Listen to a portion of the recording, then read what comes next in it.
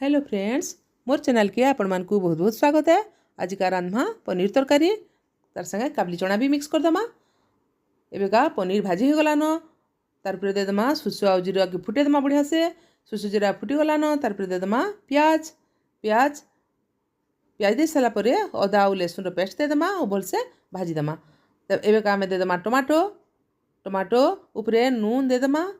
तापर दे दमा हल्दी गुंड दे सारा पर मिर्चा गुंड भी दे दमा। तापर मसला माने दे दमा आउ आमे एटा के टी भल से भाजी देमा।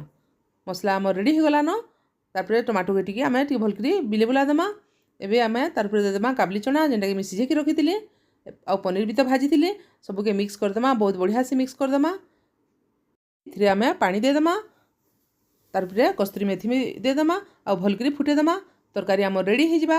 आपण माने निश्चय चेष्टा करियो बनाबार लागि। फिर देखा हमा नेक्स्ट वीडियो रे। नमस्कार।